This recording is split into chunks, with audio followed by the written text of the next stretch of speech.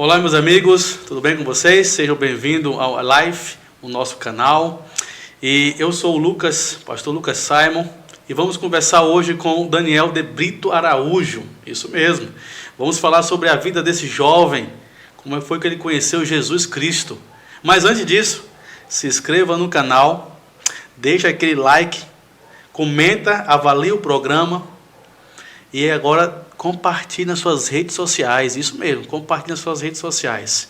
Então vamos lá então? Então, Daniel, seja bem-vindo ao programa iLife. Que Deus abençoe. Amigo, conte para nós aí aonde você nasceu, né? E como veio parar aqui em Barra do Garça, meu amigo. É com você aí.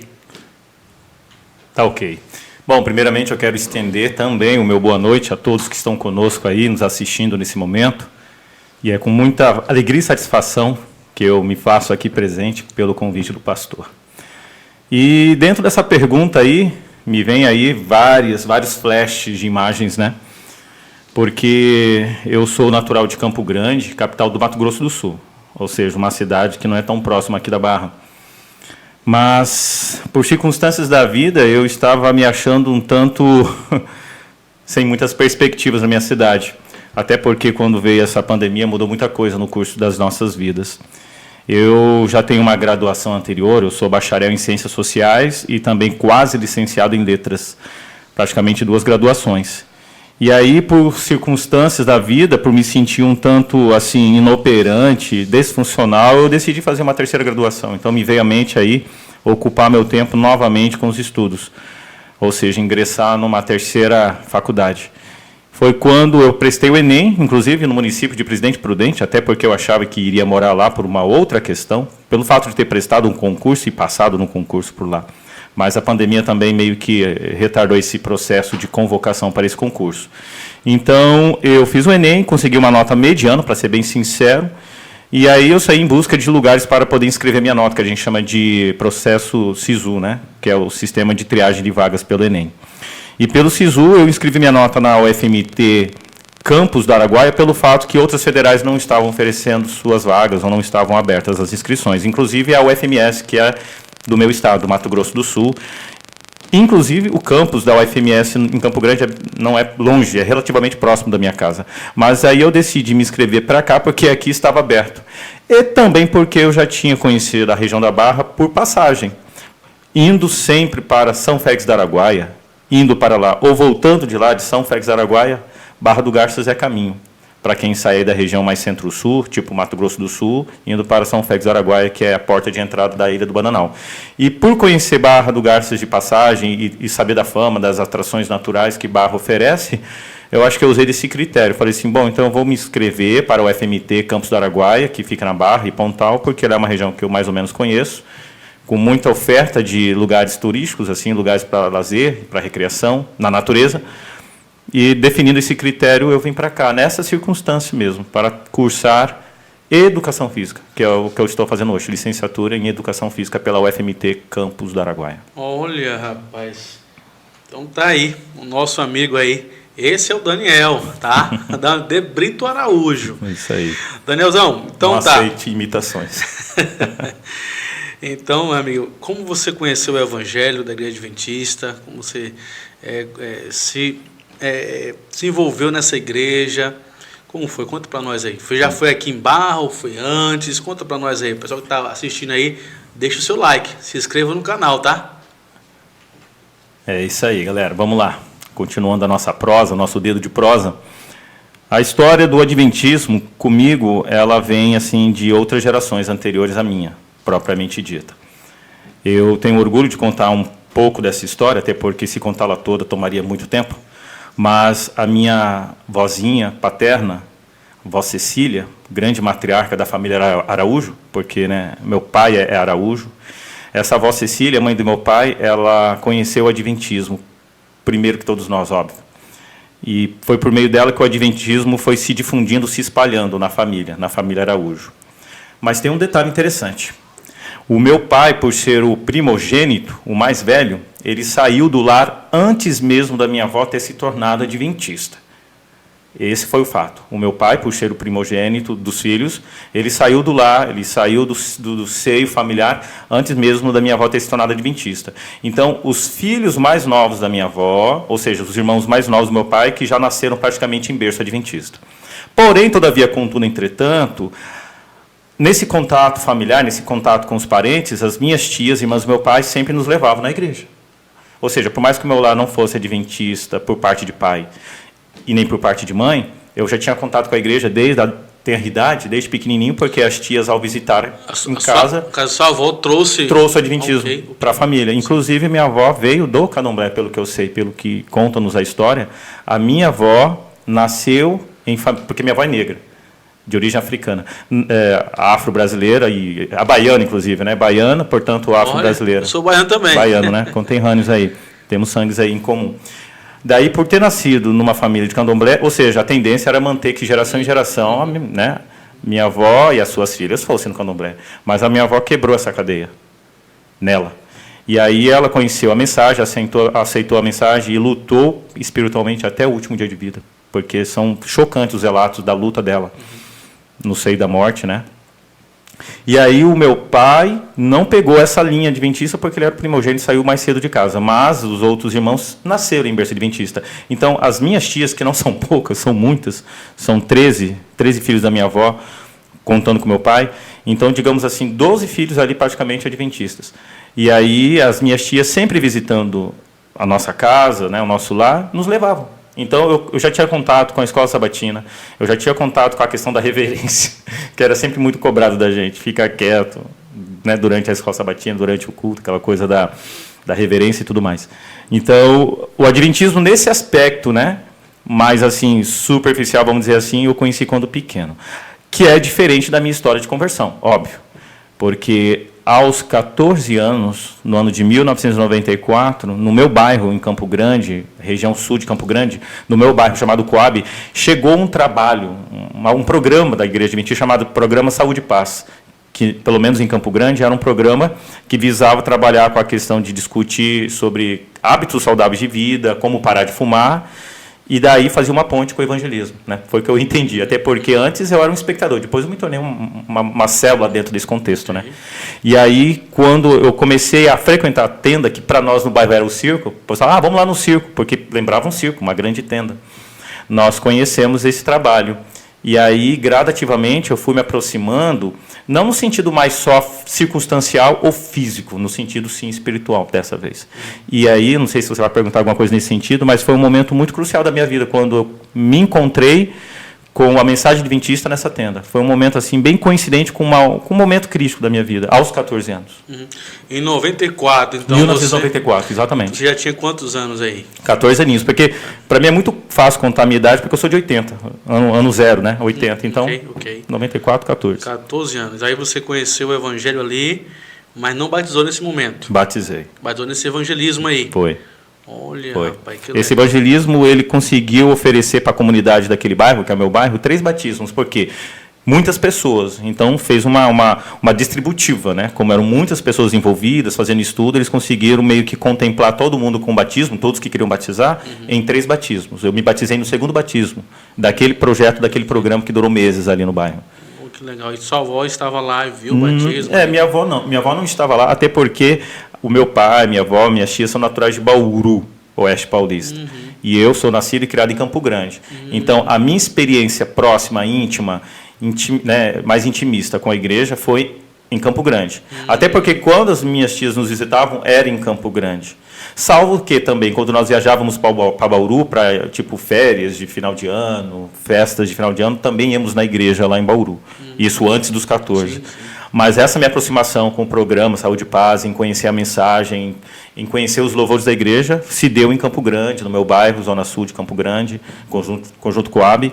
Não com a presença da minha avó, né? Porque minha avó já estava numa idade mais avançada, não estaria viajando assim. Mas as nossas tias sempre em contato conosco, isso que eu quero dizer. Né? Uma ponte com a igreja sempre foram as tias. Que legal. E quando você descobriu que a sua avó quebrou a corrente, né? Que você falou do candomblé. Foi.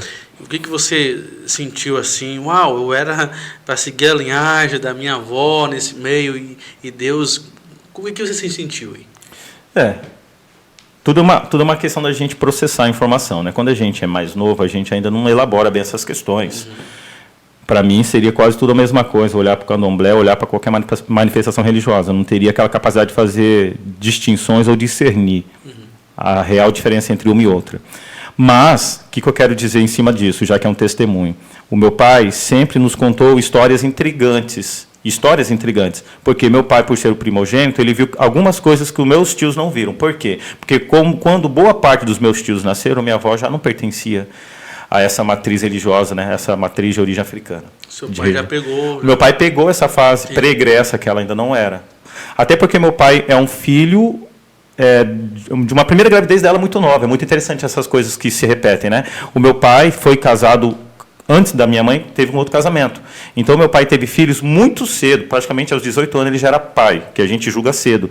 E aí eu tenho irmãos que são mais velhos que a minha mãe, praticamente, porque minha mãe é a segunda esposa do meu pai. O que eu quero dizer, assim como meu pai teve filhos muito cedo, porque ele é o primogênito da minha avó também o teve muito cedo. E isso porque quando olha para a casa do meu pai, é a casa da mãe dele, como que é umas coisas bem interessantes, assim. É a versão da minha avó masculina. E aí, meu pai, como era o filho mais velho e de uma mãe nova ainda, ele pegou ela na fase que ela não era ainda cristã.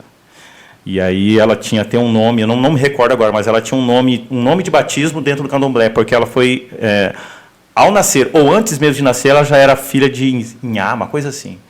Por quê? Porque a mãe dela deve ter já oferecido ela para algum orixá, alguma entidade. Vamos dizer assim. E aí a minha avó nasceu já sob a égide de uma entidade ali dentro do terreiro. Daí o meu pai me conta as histórias de quando ele era moleque, ele via a mãe dele possessa, que é minha avó, possuída. E que meu avô, por desconhecimento, despreparo e ignorância, até tentava resolver essa questão de possessão na agressão física, como se tentasse tirar alguma coisa estranha da minha avó, batendo, né? Então meu pai, ele foi testemunho de muita coisa ruim. Entendi. E isso repercutiu nele também, né? Teve uma repercussão nele. Então, o que eu posso dizer? Quando a minha avó quebrou isso, não é um simples proselitismo, não é uma simples saída de uma religião para outra, como algum pode encarar, né? E chamar de proselitismo. Muito mais do que proselitismo foi a quebra de uma maldição que poderia ter arruinado com a família. Embora tivesse sequelas, ainda sequelou a família de algumas formas. Por quê? Quando a gente fala de salvação, redenção, vida e morte, não são todos, né? Não são todos que são acolhidos, não são todos que são contemplados, até porque o livre-arbítrio continua para cada um. Então, a minha avó, ao romper, ela abriu portas para uma graça salvífica para a família toda, mas nem todos preferiram essa graça salvífica. Então, eu quero dizer que alguns resquícios desse passado espiritualizado ou espiritista atingiu alguns na família. Não todos, não a maioria, mas atingiu a todos. Mas uma boa parte da família ficou sob as asas que se inaugurou na vida da família, né? As asas de Deus, podendo esprear a sua graça assim protetora. Amém. Que não teríamos se essa cadeia não tivesse sido rompida, vamos dizer assim. Amém, amém. Não sei se é profunda essas questões, né? Mas sim, a gente tenta falar de forma mais didática. Ok, amém. Deus seja louvado. Mas você lembra do pastor que batizou você? Quem foi o pastor? E com você, você batizou sozinho ou teve mais alguém que batizou com você naquele momento? Você lembra do nome dessas pessoas aí? Lembro. 6 de junho de 1994, eu desci as águas, que eu acho que era um tanque improvisado, porque estava, né, nessa tenda, parecia que era uma estrutura de madeira com uma cobertura de lona, né, para a água não vazar. Era uma estrutura de madeira com uma cobertura de lona, e era grande. Ali couberam eu, o Ivair e a Lucineide, a irmã do Ivair. Eu lembro que entraram mais 2 jovenzinhos no tanque comigo.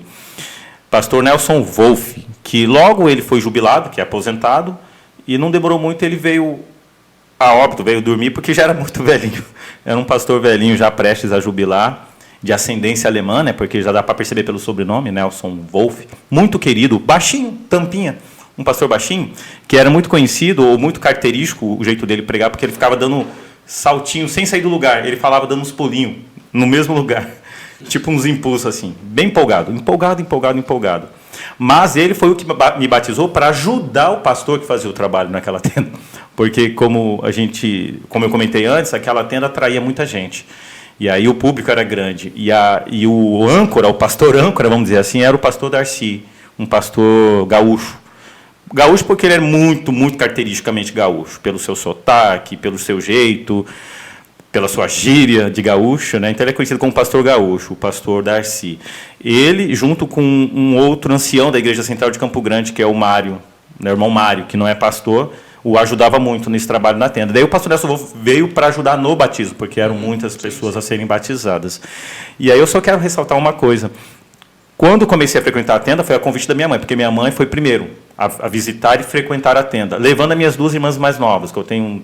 Sou o único filho homem no meio de 3 irmãs, uma mais velha do que eu e 2 mais novas. Então, acompanhando a minha mãe e as minhas 2 irmãs mais novas. Daí minha mãe começou a me chamar e dizer que era muito legal. Daí eu fui por curiosidade. Mas só que nessa época de 94, eu me lembro que eu tinha meus 14 anos, era um adolescente que cursava a 8ª série. Naquela época eu me sentia, ou me achava, ou me via bem revoltado, estava bem revoltado com muitas coisas. Coisas de cunho familiar, coisas de cunho social, porque eu sempre me vi e sei que eu sempre fui um cara muito crítico, desde pequeno, com um olhar muito aguçado para as coisas, e ao enxergar muita coisa, ou algumas coisas, isso sempre me tirou a paz. Então, eu me achava num momento de muita revolta interna, aos 14 anos. Daí os caras, quando eu falo os caras, a molecada da minha idade me chamava de morcegão no bairro. Por quê? Porque eu gostava muito de andar com uma jaqueta, mesmo no calor eu andava com uma jaqueta aberta, que eu acho que me dava maior panca, né? Panca de durão. Eu andava com a jaqueta aberta e com ela assim, bem espalhafatosa. Daí os caras falavam que de longe parecia um morcegão andando. Os caras falavam, ó, lá vem um morcegão. E aí eu estava numa fase assim de tentar encontrar porquês e respostas para algumas coisas. Uma fase de busca.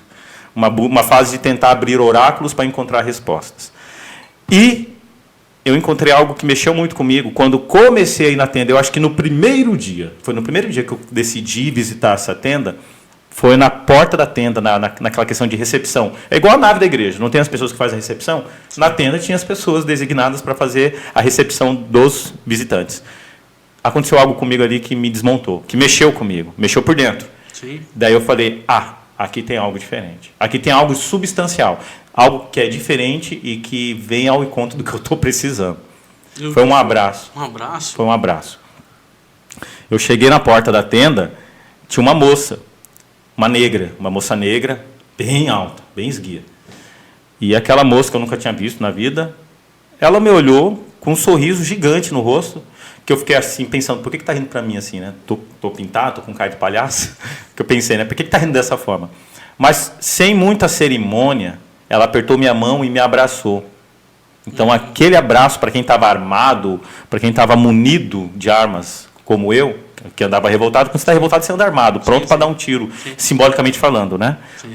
Eu recebi aquele abraço que meio que massageou meu coração. Não é uma massagem no ego, é uma massagem de trazer alento, tipo um bálsamo, daquela menina. E eu, vira e mexe, quando eu trombo com ela, quando ouço falar que ela está em algum lugar, eu tento falar com ela, ou já consegui falar com ela, depois de muito tempo eu conto essa história para ela. Ela nunca imaginava que teria sido isso comigo, né? Sim. Ela não poderia ler minha mente, ler minha emoção, minha sentimentalidade. Até porque eu nunca disse isso para ela logo naquele momento. Foi com muito tempo passado que eu fui falar para ela, ei, Simone, lembra aquela vez que você me abraçou? Nossa, nem lembro de ter te abraçado, né? Quer dizer, ela estava fazendo o trabalho dela de recepção.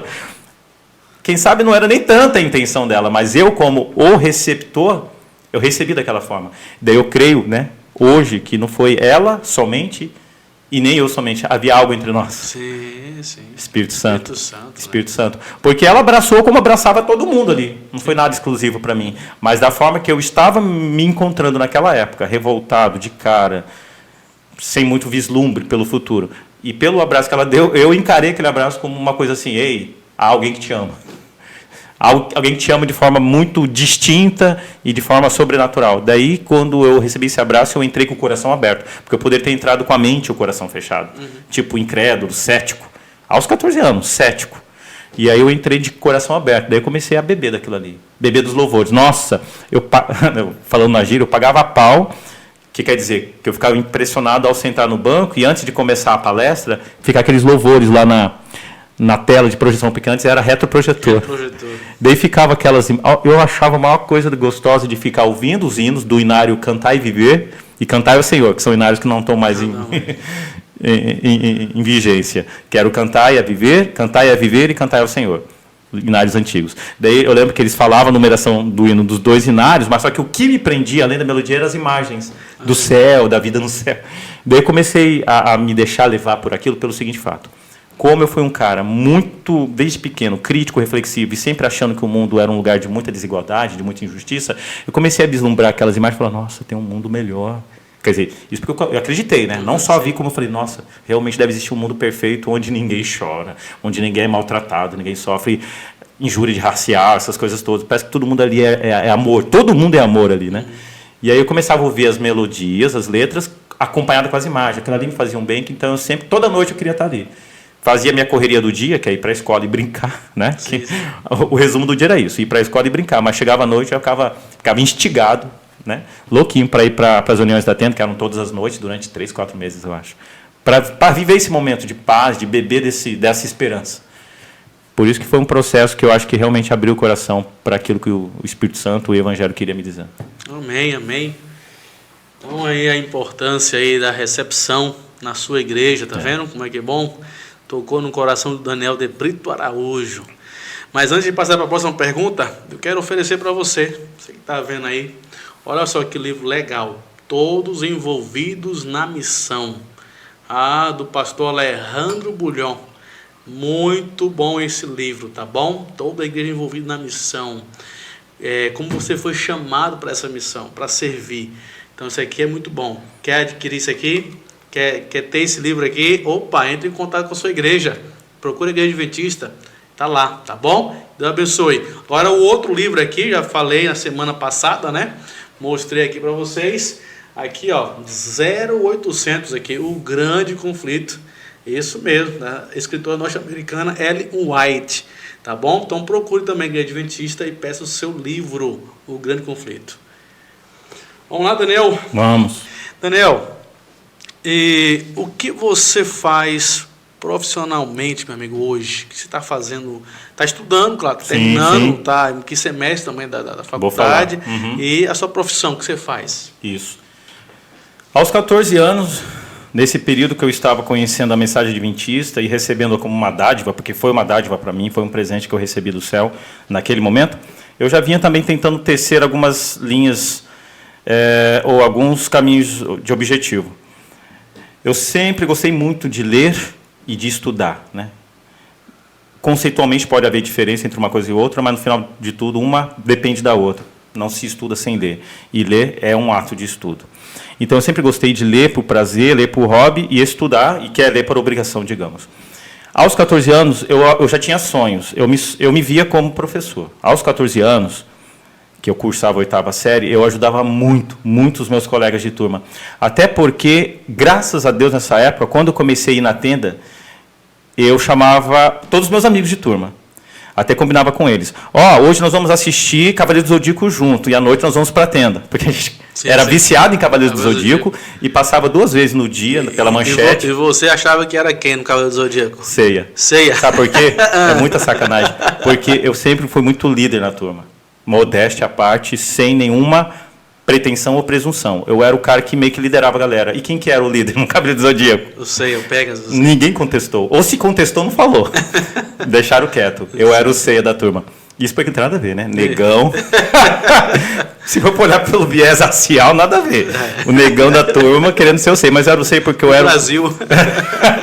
O ceia brasileiro. O ceia. E aí, os meus colegas ali, convivendo naquele grupo, foram 3, mais ou menos. O Jean chegou aí, o Jean Carlos, que hoje ele é assembleano, beleza. O Netinho, que é o José Augusto, chegou aí uma vez porque era meio perto da casa dele, uma vez. Agora, um que foi e que gostou, se tornou adventista. Amém. O Kleber Edgache Mabocuro de Souza, o Japinha da turma. Tinha um nipo descendente na turma nossa ali, que é o Binho, né? Vulgo Binho, o apelido dele, que é o Kleber. Hoje está no Japão, morando no Japão. Ganhou de mim, modéstia à parte, uma Bíblia Andrews, porque eu tinha 2. E uma na caixa eu dei para ele, leva para o Japão, que ela vai precisar, porque ela não tem muito templo adventista, muita igreja, aqui é o seu templo, tá? Com a sua família. E ele ficou muito feliz, ele levou uma Andrews novinha, 0 bala, com ele para lá. Que bom. Amigão, amicíssimo. Conheceu a igreja? Longe de ser mérito meu, mas porque eu estava indo e falei, vai. Ele começou a ir. E aí ele não se batizou na tenda, mas se batizou depois. Mas começou a ir na tenda ali comigo, com a gente, né, que eu estava indo e peguei gosto. E aí, só para falar do que você me perguntou, a gente combinava de ir assistirmos juntos e eu pedia para eles à noite ir na tenda. Então, pelo menos daquela turma, 3 foram. Eu sonhava, naquela época, em ser professor, tanto que com esses meninos eu trabalhava, eu ajudava-os muito na língua portuguesa, é uma disciplina que eu sempre gostei. Não é à toa que eu fiz letras também, né? Acabei cursando letras. Mas, além, não vou falar mais, mas além de língua portuguesa, que é uma disciplina que sempre me chamou a atenção, que eu sempre tive muita predileção pela língua portuguesa, como idioma, como sistema de comunicação e tudo mais, eu gostava e gosto muito da disciplina de história, que antigamente falava matéria, né? Hoje fala disciplina, que é a mesma coisa. A matéria de história, a matéria de geografia, sempre me prenderam muito. Lógico que a gente começa a ver história e geografia antes em forma de estudos sociais, é o nome da disciplina, estudos sociais. Depois, lá pela quinta série, ela se desmembra, daí vira geografia, vira história. Sempre gostei muito, sempre li muito, né, os conteúdos dessas disciplinas. Eu me via professor nessas áreas, na área de história, na área de geografia. O meu primeiro... Não é meu primeiro vestibular, porque o meu primeiro vestibular foi para a ciência da computação. Um grande equívoco que eu cometi, porque não tem nada a ver com a área de exatas ou com a área de cálculos. Mas eu lembro que eu bati na trave em ter passado para a história e ter cursado história na UFMS. Bati na trave. Por pouco que não entrei para a história. Num vestibular de inverno. Daí, quando chegou no vestibular de verão, eu passei para ciências sociais, que tem história, tem geografia, tem sociologia, tem antropologia, tem ciência política, tem psicologia social, tem economia. Então, eu fiz a minha primeira graduação em Ciências Sociais. Sou bacharel em Ciências Sociais, que me tornou um professor da área de humanas. Porém, o que me limitou profissionalmente, porque eu já falo, da minha profissão é professor, é educador. O que me limitou foi o fato de eu ter feito um bacharelado. Quando eu adentrei no curso, que foi em 2003, ainda o MEC permitia bacharéis lecionar. Ainda era permitido. Mas lá por meados de 2004 para 2005, o MEC baixou uma portaria mudando a regra, que somente licenciados lecionariam, e não mais bacharéis.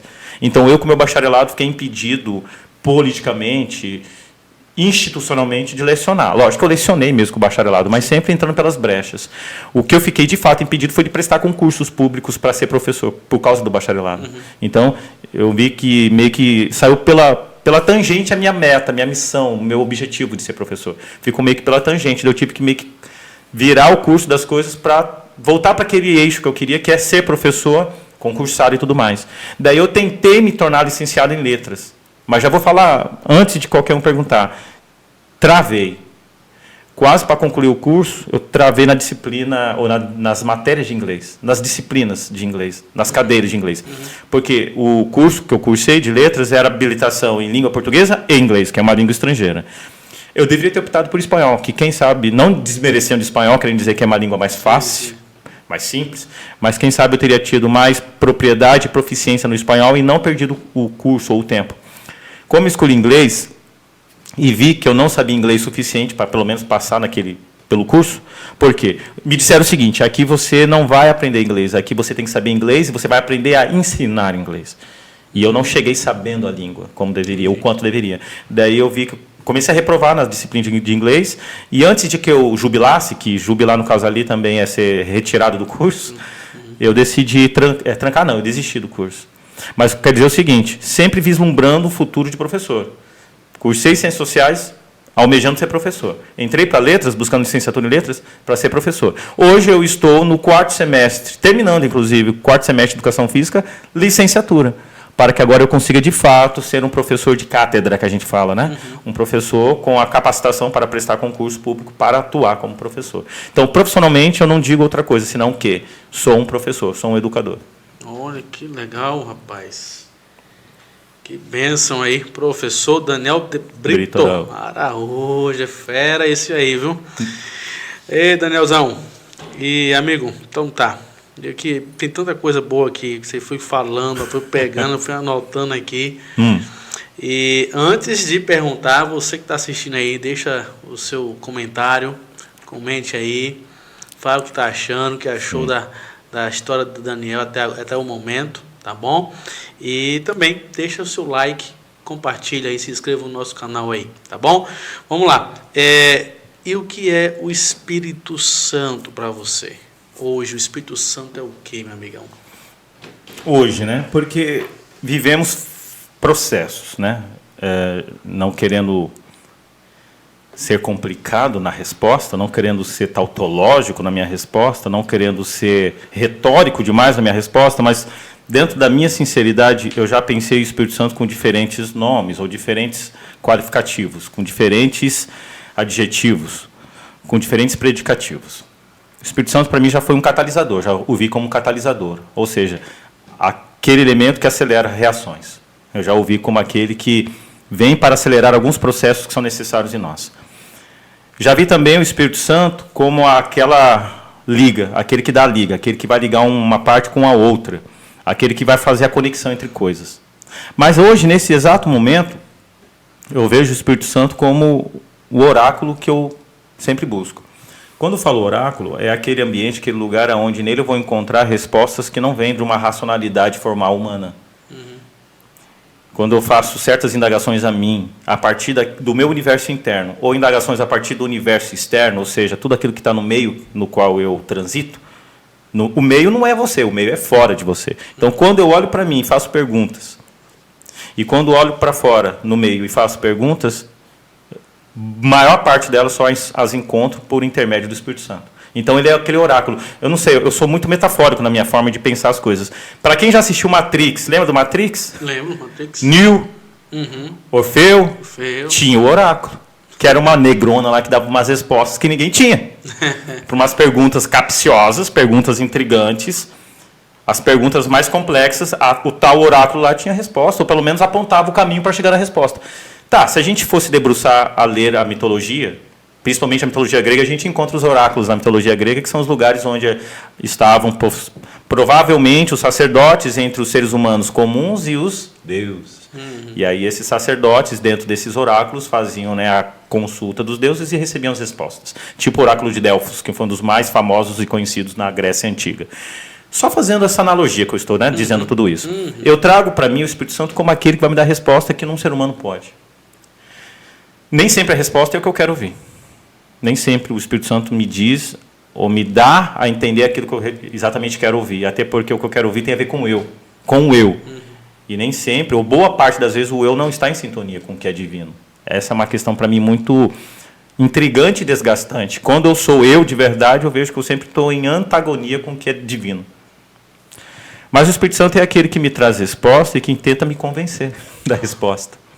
Às vezes a gente é insistente, às vezes a gente é petulante. Eu me considero muito petulante com o Espírito Santo. Como sou petulante na forma particular de ser. Até porque eu sou sanguíneo, né? Depois que eu conheci esse conteúdo, esse tema na igreja, foi na igreja que eu conheci. Essa questão de temperamentos, os 4 temperamentos que Deus criou e deu aos seres humanos. Colérico, fleumático, sanguíneo e melancólico, fleumático, colérico e sanguíneo. Eu percebi que sou sanguíneo, né, pelas leituras, e eu sei que o sanguíneo é impulsivo, eu sei que o sanguíneo ele é combativo, eu sei que o sanguíneo ele é bastante contestador. E aí esse traço é muito forte em minha personalidade, tanto com o elemento humano como com o elemento divino. Eu sempre, né, pergunto e questiono Deus. Mas eu acho que com o passar do tempo a gente vai aprendendo a baixar a bola, né? Abaixar a bola. Até me lembro, não sei se daria tempo para falar de um episódio. Pode falar. Né? Sim. Eu passei por um episódio muito assim, periclitante, muito chocante quando eu era mais novo, óbvio que hoje eu estou com 43 anos, né? Quer dizer, em algum momento atrás na minha vida, eu me lembro que eu havia assistido o Jô Soares, porque eu não conseguia realmente ir para a cama sem o Jô, né? Porque tinha até uma fala, uma frase feita, um jargão que dizia assim: Jô 11h30, não vá para a cama sem ele. Tinha esse clichê, esse jargão dito nas vinhetas do programa, antes de começar o programa propriamente dito. Não vá para a cama sem ele. Então, naquela noite eu havia assistido o Jô Soares, e naquela noite ele tinha levado uma espécie de rabino, acho que era um rabino do judaísmo, para falar sobre a Kabbalah. Até interessante, né, que eu sou muito ligado a detalhes. Muita gente fala Kabbalah, daí o rabino falou que na língua original hebraico não se fala Kabbalah, mas o certo da pronúncia é Kabbalah. E aí esse homem falou sobre Kabbalah. E a Kabbalah, pelo que se sabe, é a linha profana do judaísmo, no sentido de falar o que não está no Torá. Dizer aquilo que não foi revelado no Torá.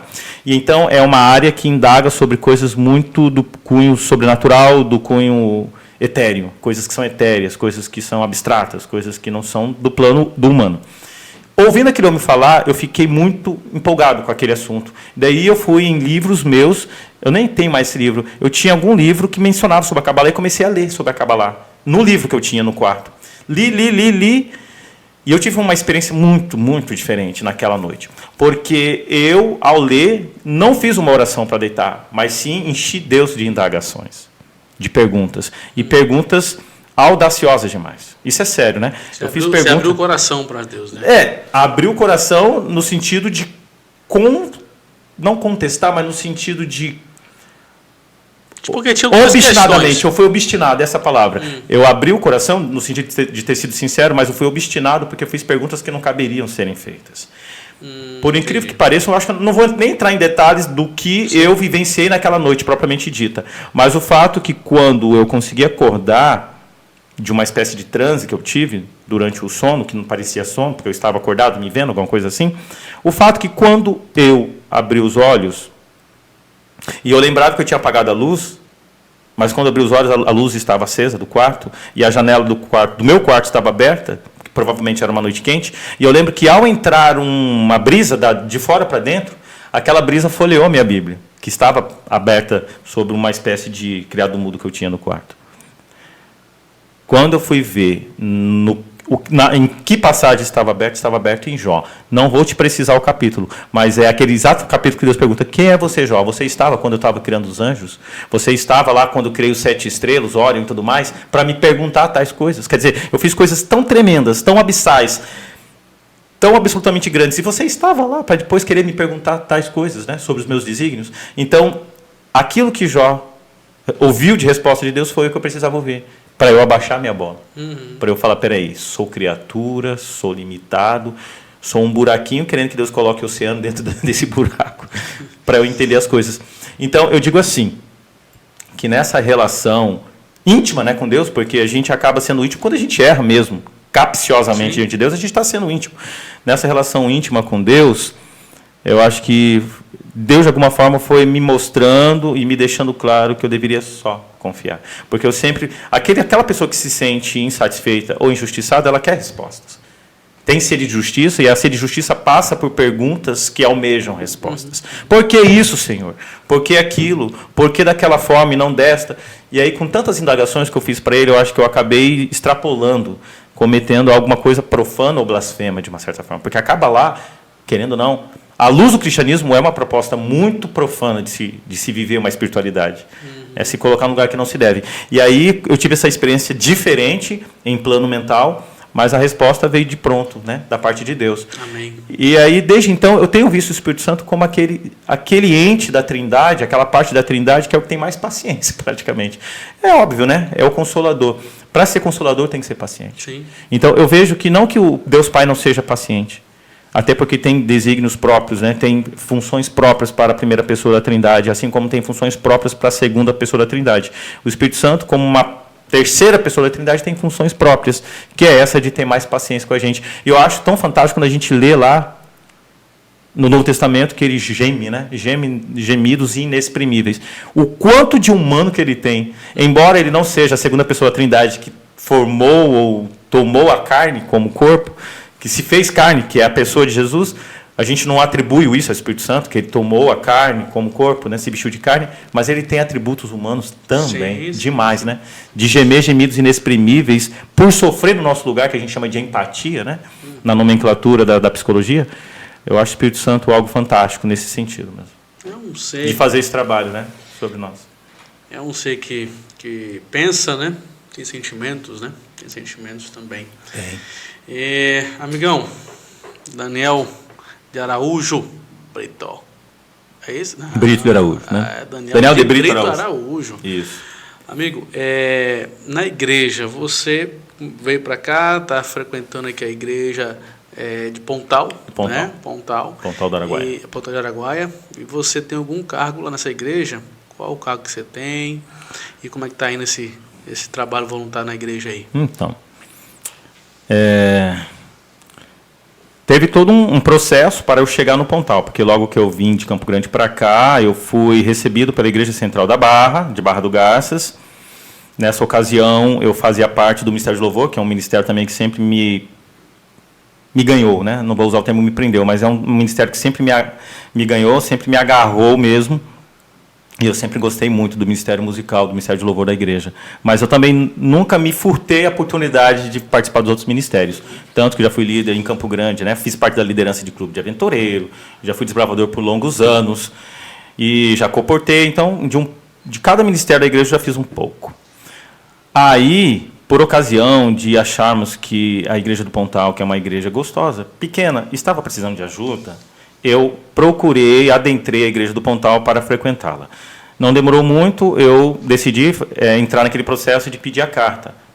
Porque, primeiramente, eu pedi a minha carta para a Central da Barra. Então, antes de a minha carta chegar no Pontal, a minha carta estava na Central da Barra, quando eu pedi a carta de Campo Grande para cá. Daí, logo, não demorou muito, eu pedi para que transferisse a carta da Central da Barra para o Pontal. Mas, mesmo estando com carta, eu não tinha cargo nenhum na igreja. Estava ali, somando, ajudando. Foi nessa última comissão para entrar esse ano, né? O ano de 2023, que está passando rápido, inclusive.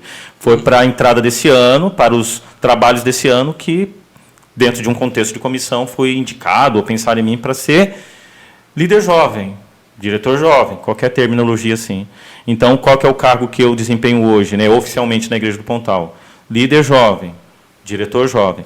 E aí nós temos procurado fazer um trabalho dentro do contexto que nós temos, ou seja, uma igreja em reconstrução, uma igreja em reelaboração, uma igreja em restauração, né? Tudo porque ouve-se histórias dela, mas ninguém vive de glórias passadas, ou seja, a igreja já foi cheia, já teve muito jovem, mas hoje, pelo menos quando eu cheguei, não exatamente agora, mas quando eu cheguei, era uma igreja esvaziada de membros com nenhum jovem.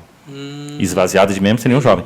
Mas, gradativamente, Deus tem abençoado a igreja por meio dos membros, porque a igreja são seus membros, e aí os membros, dentro de um trabalho amarrado, ajustado, concatenado, têm procurado somar esforços para isso mudar.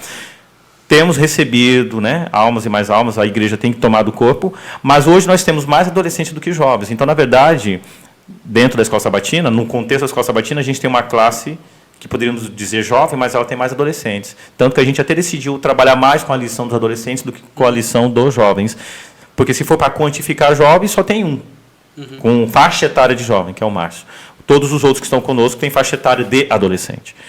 Então, a gente pensa numa linguagem própria para adolescente, né? Não desprestigiando eles ou não menosprezando eles enquanto jovens, até porque eles querem ser jovens. Mas a gente sabe que tem todo o material pensado, trabalhado, construído para eles, que é o material de adolescentes, com as tirinhas, com os quebra-gelos próprios para adolescentes.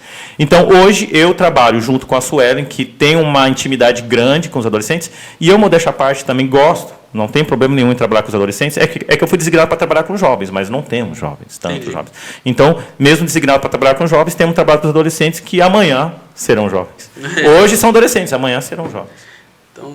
Então está plantando aí, né? Plantando, ok. Para colher. Então você é da Igreja Pontal de Araguaia, diretor de jovens e professor dos adolescentes. Que legal.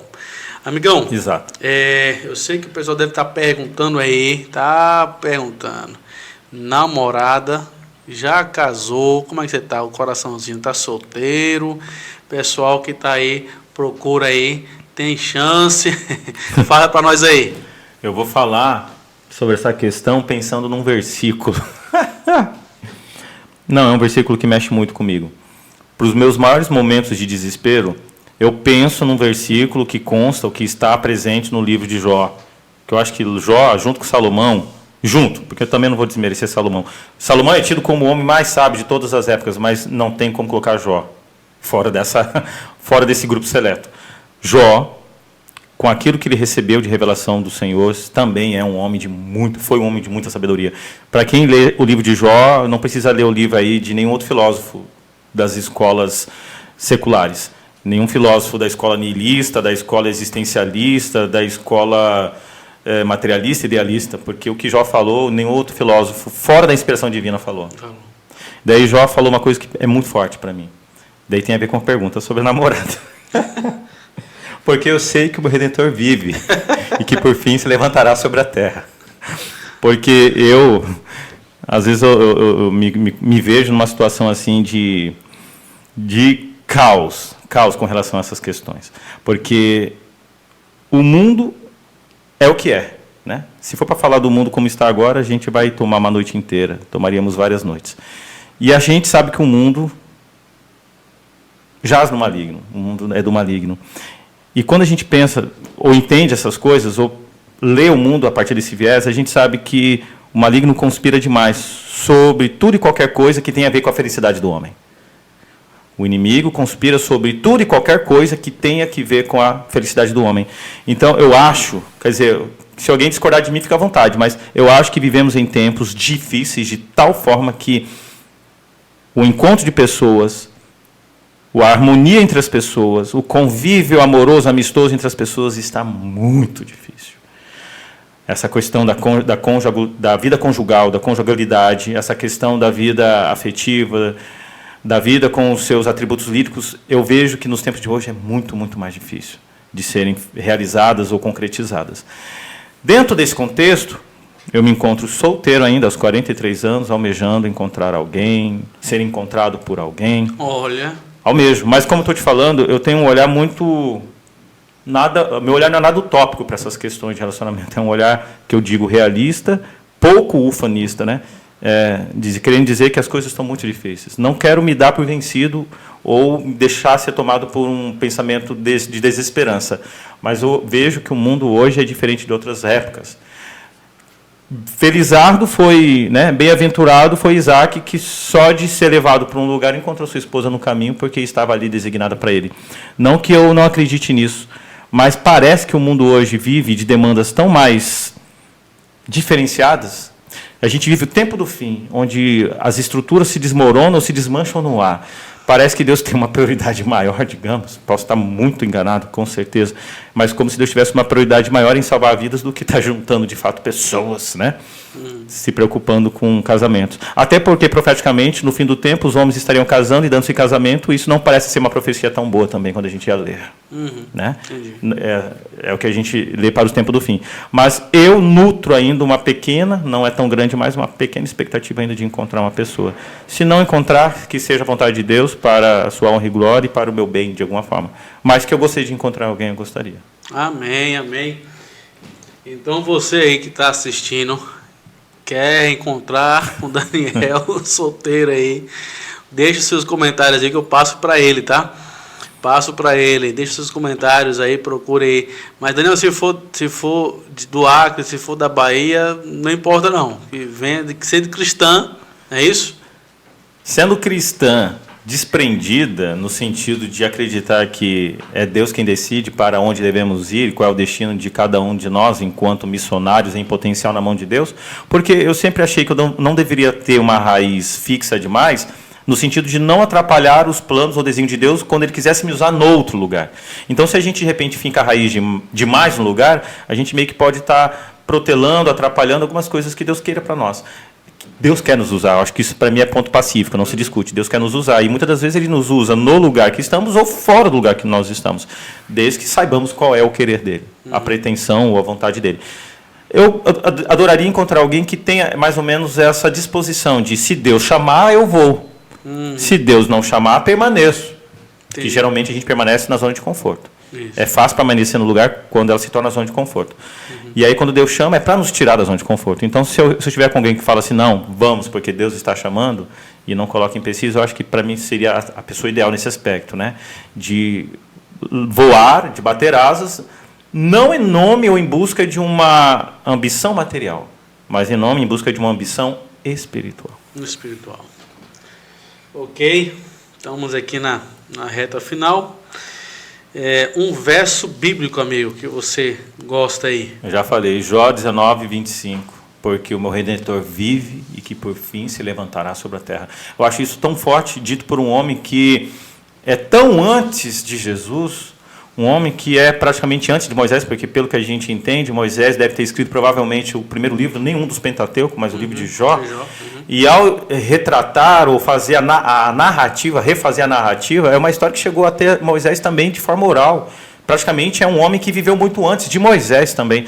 E pensa na riqueza dessa revelação epifânica ou teofânica, né? Porque não digo que é epifânica porque ele falou algo que foi revelado pelo Espírito Santo. Então é teofania pura.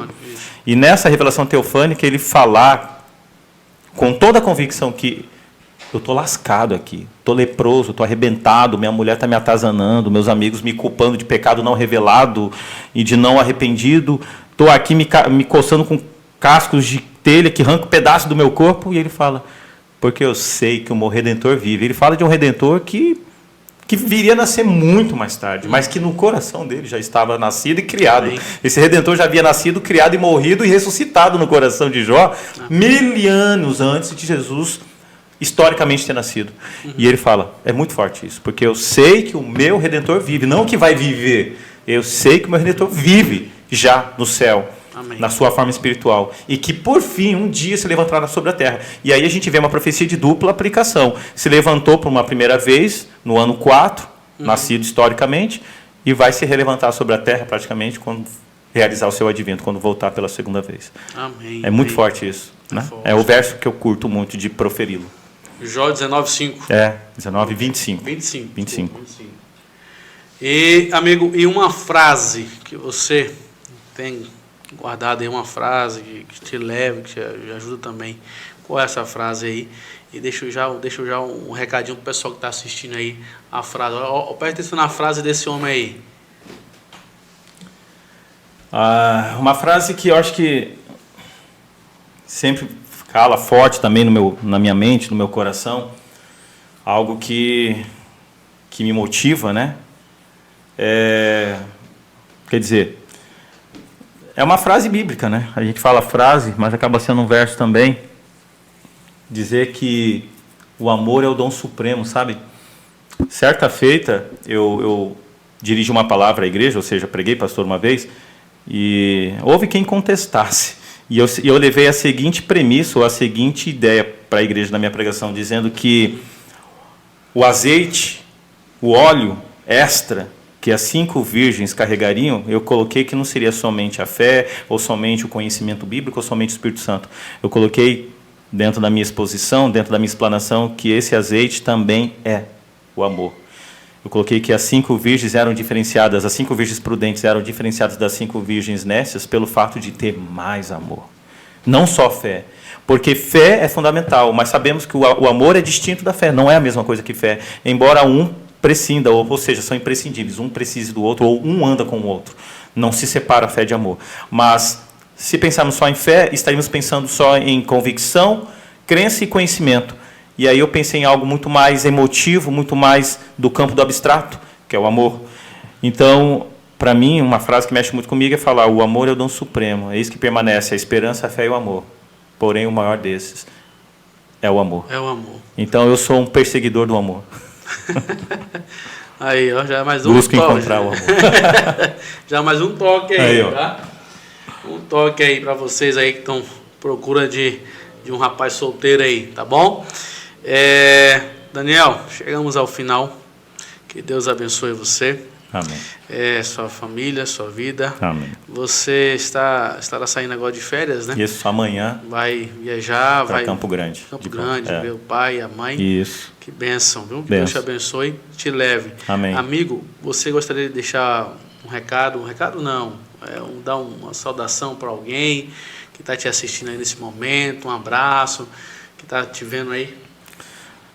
Olha, a gente tem que aproveitar essas oportunidades, até porque, como a gente sabe que a nossa vida é comparada a uma neblina, né, que pode passar numa questão de segundos, eu quero deixar aí o meu caloroso abraço, o meu caloroso aperto de mão, um beijo no coração para todos vocês, indistintamente. Não sei exatamente quem são vocês que estão do outro lado das teias virtuais, nos ouvindo, nos assistindo, participando desse momento dialógico conosco, mas independente de quem você seja, eu quero te dizer que nós somos um em Cristo Jesus, porque o Senhor nos criou para propósitos bem práticos, para que fôssemos adoradores, que é uma coisa muito gostosa adorar, para que pudéssemos desfrutar de sua presença, do seu calor.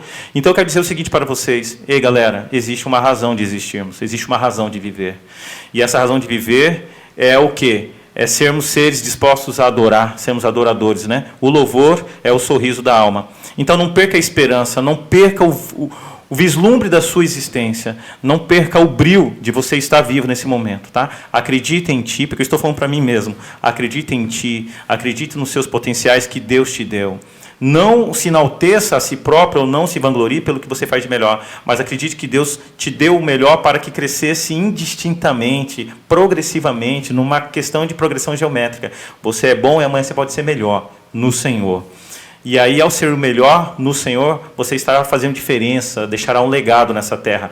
Mais do que conquistas materiais que são legais, importantes e fazem parte, você trará conquistas para a sua vida que alcançará outras vidas. Então, pense no seu legado como a única coisa que você vai poder levar como lembrança e memória da existência nessa terra, né?